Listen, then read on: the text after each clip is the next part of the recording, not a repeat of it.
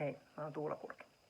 Kiinnostunut teillä avoimena olemasta postista. Mä oon Vaasan korkeakoulun kasvatti markkinoinnin linjalta.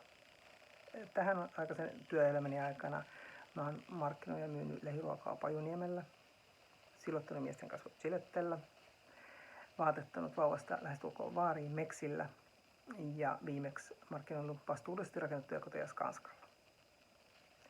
Mitä siinä sitten on kertynyt pakkiin niin sanotusti? Projektiosaamista. Mä uskon, että kaikki oikeastaan on sitten asuntoprojektikehitys tai markkinointi, ne on projekteja, että ne hoidetaan niin kuin, jokainen keissinä erillään ja se on osana sitten sitä koko yrityksen strategiaa, mutta projekti kerrallaan sinne mennään.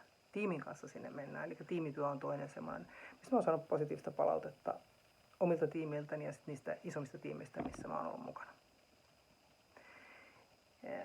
Millainen mä oon? Mä oon aikaansaava.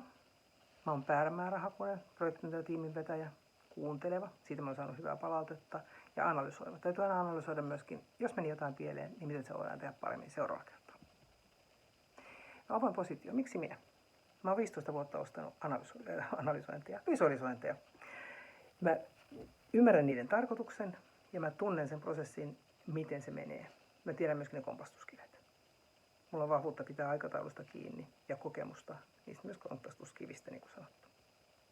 Mä ymmärrän sen visualisointien merkityksen sille asunnonostajalle esimerkiksi, kun täytyy visualisoida tai hahmottaa asunto, jota ei ole olemassakaan. Se on tärkeää.